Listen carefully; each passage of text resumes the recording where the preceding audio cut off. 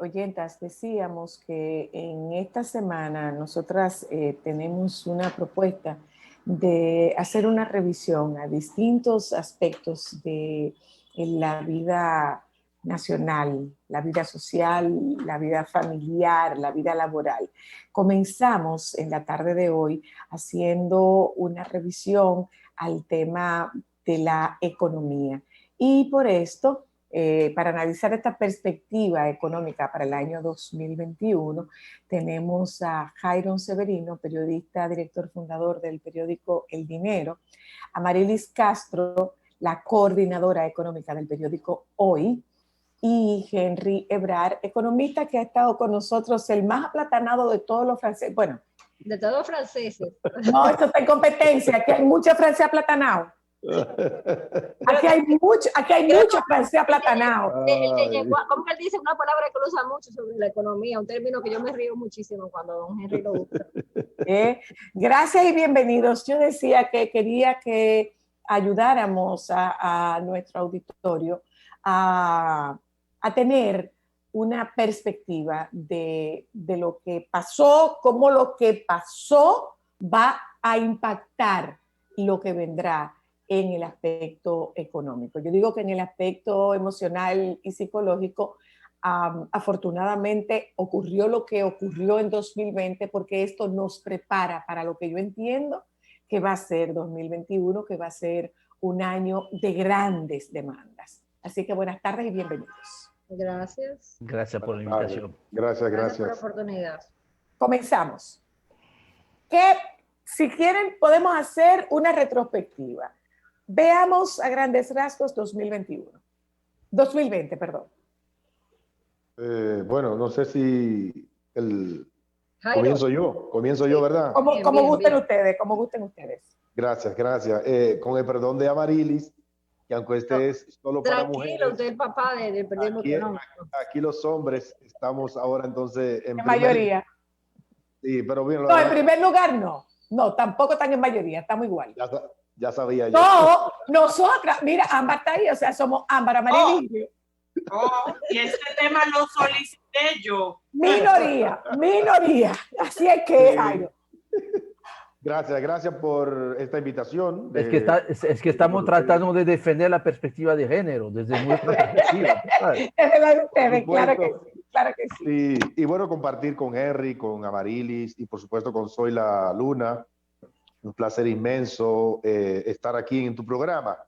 Y tal y como dices, creo que lo obvio es analizar un poco qué pasó en el año 2020 para uno entonces enfocarse en lo que habrá de ser este año que ya se inició hace un par de días.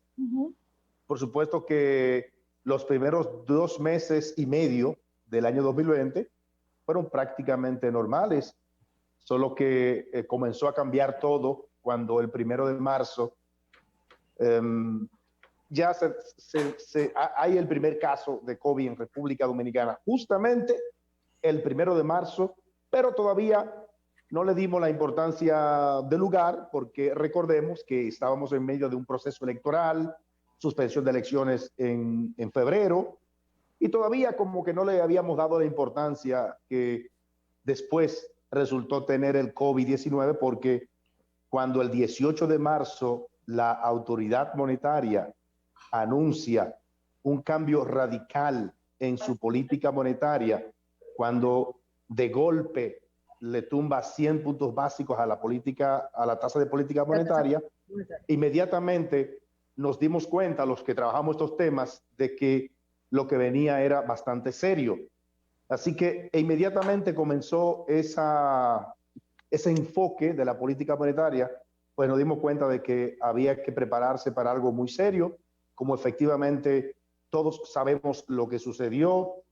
Por supuesto que hubo elecciones en marzo, en medio de la incertidumbre, si venía o no a darnos duro el COVID-19. Todavía en marzo se estaban haciendo pues esas grandes manifestaciones en Plaza de la Bandera. Todavía no habíamos caído en lo que sucedía, el cuento de la señora dominicana que vino de Italia, y como que, bueno, todavía era un asunto como que, bueno, esto va a parar ahí. Quizás en principio nos planificamos para tener 3 meses de parálisis o 3 meses de pandemia, porque hay que recordar que hacía 100 años, 102 años, y por supuesto ninguna de esta generación sabía lo que implicaba una pandemia.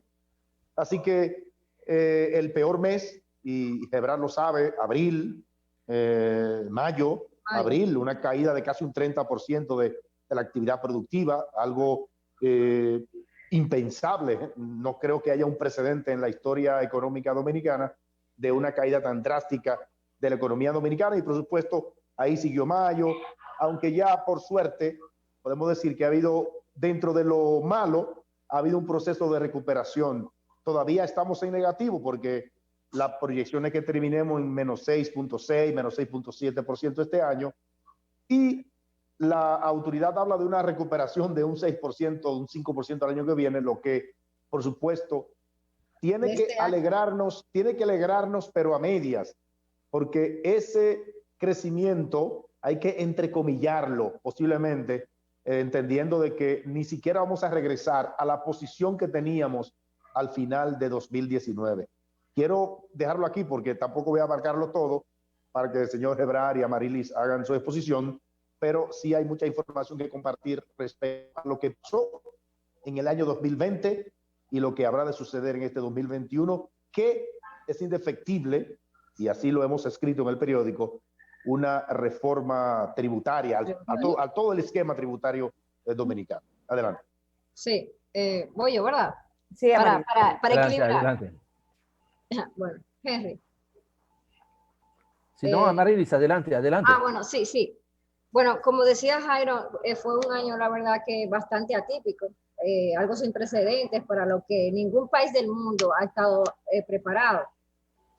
El año pasado, a nivel de políticas monetarias, el Banco Central y las autoridades de la Junta Monetaria tomaron bastantes medidas para tratar de frenar y que este golpe que ha venido a darle a la economía, la pandemia del COVID, no sea tan fuerte.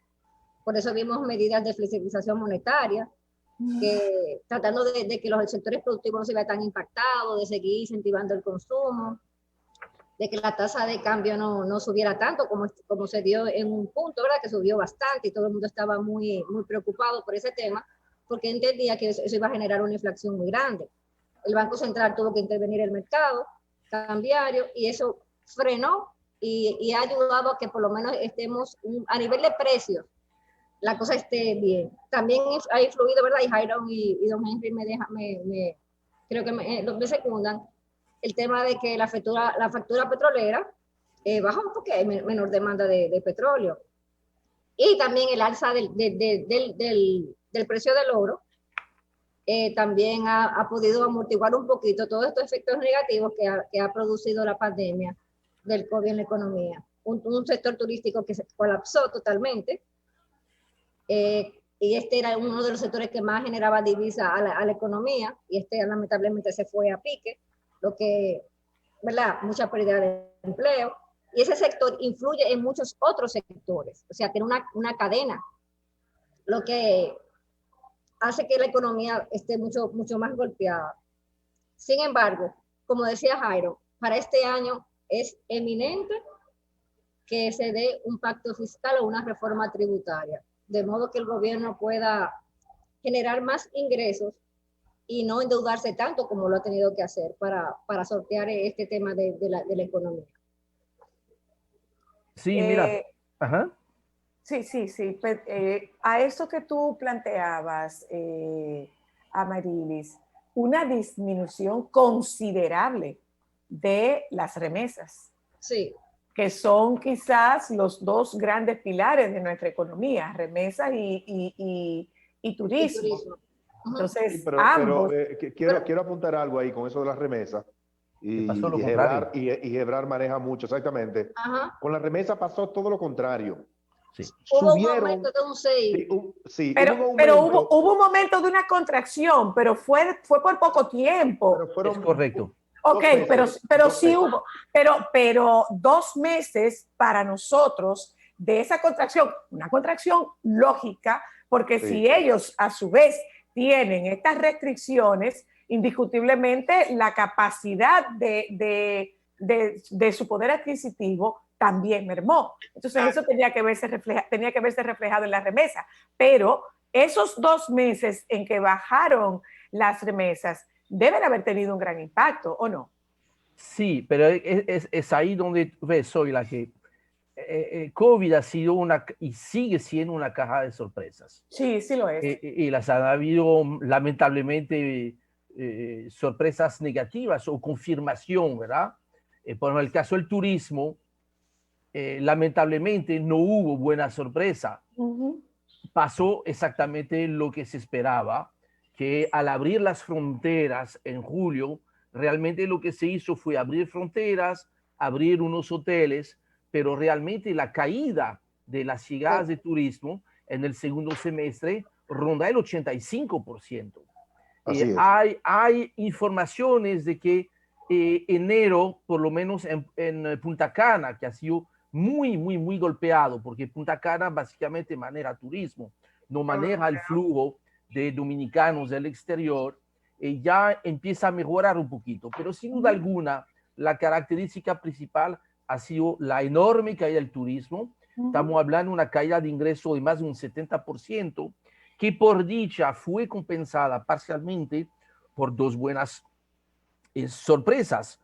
Primero, la fuerte subida de los precios del oro, que eso ha sido una gracia importante para el Estado, punto tal de que la única línea de figura impositiva que muestra crecimiento en el año 2020 y sobrecumplimiento inclusive el presupuesto es el caso de la minería. Un punto tal que eso es lo que ha permitido este acuerdo entre el gobierno central y la Barrick Gold para adelantar ya en el 2020, en octubre, se adelantó uno de los impuestos que paga la minería del 2021, que es la regalía, el 3.2% del valor del oro que se exporta. El oro se esperaba a un precio de 1.590, unos 1.390 en el presupuesto y tuvimos un precio por encima de los $2.000. Y eso ha sido positivo. Y lo otro, obviamente, que ha sido el tema de las remesas. Ahora, dentro de la buena sorpresa, o sea, cosa que realmente no se esperaba, ha sido la recuperación mucho más rápida de lo pensado de las zonas francas. Las zonas francas, fíjense, y eso es importante porque la zona franca tiene una importancia social muy relevante en las provincias. En una provincia como San Cristóbal y probablemente Santiago, yo sé la cifra en San Cristóbal, más del 40% del empleo formal viene de las zonas francas. Así es. Y zona franca en septiembre, octubre y noviembre registró sus mejores meses de septiembre, octubre y noviembre de toda la historia de la República Dominicana.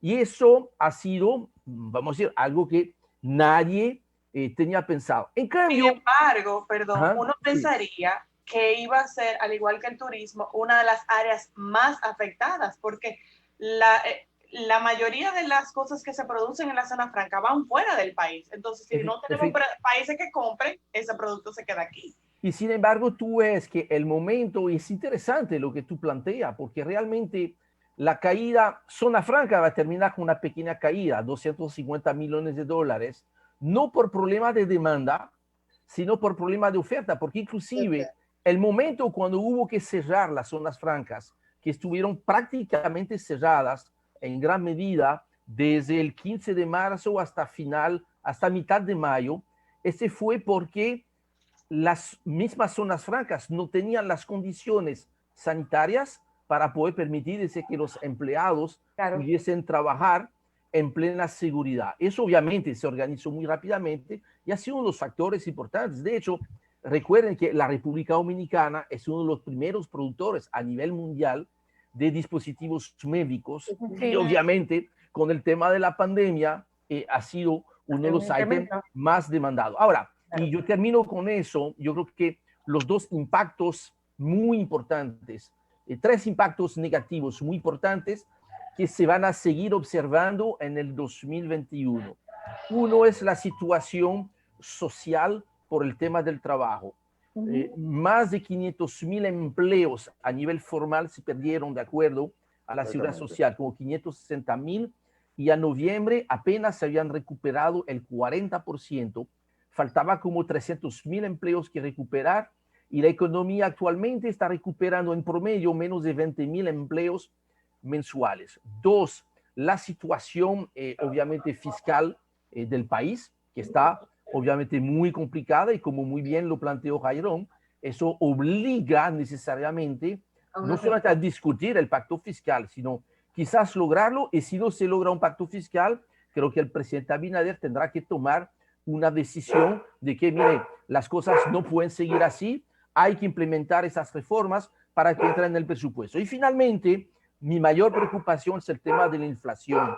Mucha gente pensaba que no hubiésemos tenido inflación en el 2020 porque no iba a haber demanda. Sin embargo, hubo mucha inflación porque los costos están subiendo. Costos internacionales suben porque muchas cadenas de suministro se rompieron. Y sobre todo en el caso dominicano, la devaluación del peso, que fue la mayor de los últimos 15 años. Yo creo que desde la crisis bancaria del 2003-2004 no veíamos devaluación de este nivel, y consta para el expediente, yo creo que una de las probablemente jugadas maestras del presidente Abinader fue haber sacado de su sombrero, lo que era media sorpresa, que fue la reconducción del gobernador del Banco Central, que ya yo no sé ya cuántos presidentes ya lleva, pero es impresionante. Yo creo que, los lleva a todos.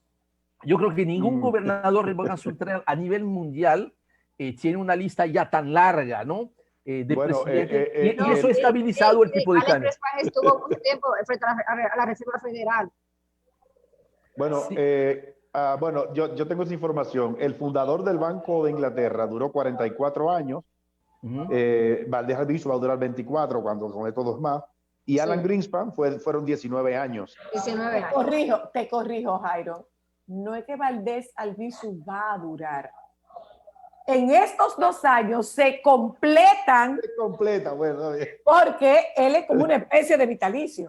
Sí. Él inició en el año 94 con Balaguer, confirmado por Leonel, cesó 4 años y después volvió en el año 2004. Pero una pregunta, importante, para no desviarnos del tema, las remesas, y Ebrard maneja bastante bien el tema, aunque Ebrard también me gusta su análisis en el área de combustible, excelente.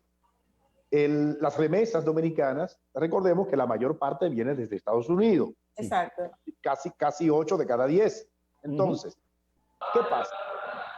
Los estímulos o los subsidios que entregó el gobierno de Estados Unidos a las personas que perdieron sus puestos de trabajo, en la mayoría de los casos, ese dinero se destinó para remesas. Claro. Eso nos ayudó. Por eso fue que la caída fue momentánea de las remesas. Así es correcto. Pero fue momentánea. Pero es importante, lo traigo a colación porque es importante que podamos verlo. De repente hay algo que se ha criticado mucho en el presidente, y son algunas inauguraciones, la presencia del presidente en algunos centros hoteleros, en algunas zonas francas, pero todo indica, por lo que ustedes están diciendo, que ahora mismo el pilar que nos está sosteniendo está ahí. Sí, y obviamente Zona Franca fue una sorpresa positiva, aunque quizás uno porque sabe que República Dominicana ha dejado o ha ido abandonando un poco las maquilas y va entrando a Zona Franca un poquito más. A tecnología, exacto. Eso nos apoyó muchísimo, nos sirvió de soporte, inclusive. Y el tema del precio del oro. Por supuesto, esto ha sido maravilloso. Yo soy de la provincia de Sánchez Ramírez y sé lo orgulloso que me siento en formar parte de una de las patas principales de la economía en este caso. Pero recordemos que hubo zonas francas que implementaron rápidamente un mecanismo de transformación, de adaptarse, que es posiblemente donde ha estado esa gran capacidad de los dominicanos, esa capacidad de resiliencia, de sacarle lo bueno a lo malo en medio de esta circunstancia. Hay personas, porque conozco casos que perdieron sus empleos, más de 500.000 de empleos perdidos. Y hay personas que no se van a volver a emplear jamás. Ajá. Porque emprendieron negocios. Porque emprendieron negocios. Claro, hay casos tristes de personas que no tenían la capacidad para emprender desde el punto de vista de la preparación y quizás económica, y su capacidad de emprendimiento no le alcanzaba mucho, pero hay otros que sí han perdido sus empleos y han abierto pequeños negocios o han transformado algún tipo de modo de producción que tenían o lo han ampliado y han logrado... Perdón que me ponga de ejemplo. Yo hago, además, yo soy psicoterapeuta y en este momento yo estoy trabajando en psicoterapia lo que yo no había trabajado nunca. Y estoy trabajando psicoterapia con dominicanos nuestros que están, o dominicanas nuestras, porque es mayoritariamente femenino el público. Yo estoy trabajando con dominicanas que no tienen acceso con rapidez a un servicio de psicoterapia. Y yo estoy viendo una media de 15 a 17 pacientes a la semana. Yo tengo es como se dice, Zoila, siempre en las grandes crisis surgen oportunidades. Que hay gente que ha podido hay gente que ha podido reinventarse, hay otras que no. Yo quiero ir un momento a publicidad y quiero, antes de la pregunta, después de tu pregunta después de la publicidad, Ámbar, porque aquí yo quiero que nosotros revisemos el tema de la asistencia gubernamental, la asistencia social. O sea, si hemos bajado las recaudaciones, si hay tantas flexibilidades con relación al tema impositivo, este dinero de asistencia que se va a prolongar hasta el mes de abril, ¿de dónde va a salir este dinero? Entonces, esto es, ustedes me dirán, esto es una de las grandes explicaciones o de las más contundentes explicaciones de esa reforma fiscal. Yo digo que no hay nuevo gobierno sin pacto fiscal. Todos los gobiernos tienen que hacer una reforma tributaria, tienen que hacer una reforma fiscal. El asunto es, llegará el momento, ¿es este el momento para hacer una reforma fiscal integral y que no sigan siendo parches? Ya venimos. Solo para mujeres.